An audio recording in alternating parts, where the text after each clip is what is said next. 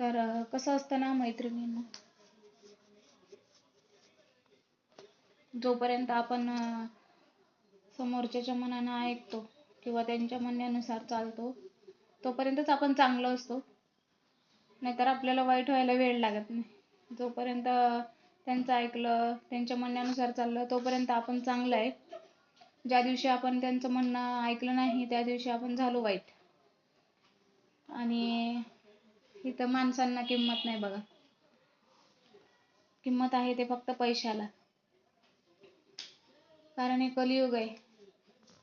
इथं फक्त आणि फक्त पैसा महत्वाचा आहे. इथं चांगल्या माणसाला किंमत नाही, इमानदार माणसाला किंमत नाही, कोणालाच नाही. ज्याच्याकडे पैसा त्याला किंमत जास्त. कारण या कलियुगात ना साधं भोळं सरळ इमानदार राहणं चुकीचं आहे.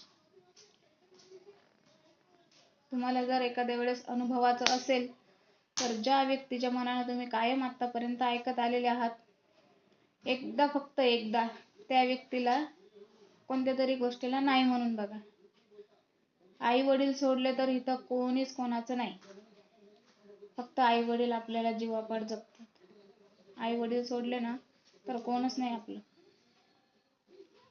तर एकदा तुम्ही त्या व्यक्तीला नाही म्हणून बघा. ते भाऊ असो, बहीण असो, मैत्रीण असो किंवा तुमचा मुलगा असो, मुलगी असो, एकदा नाही म्हणून बघा.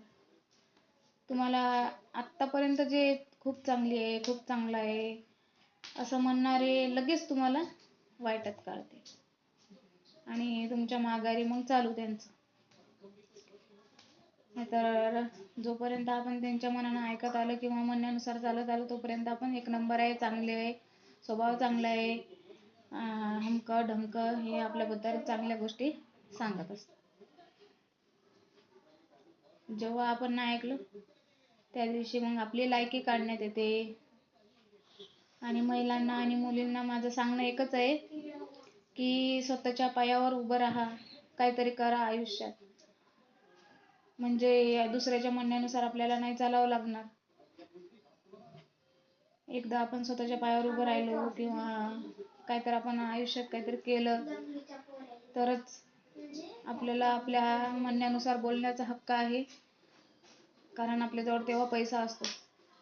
जेव्हा आपल्या जवळचा पैसा संपला तेव्हा इज्जत संपली. बरोबर असेल तर कमेंट नक्की करा.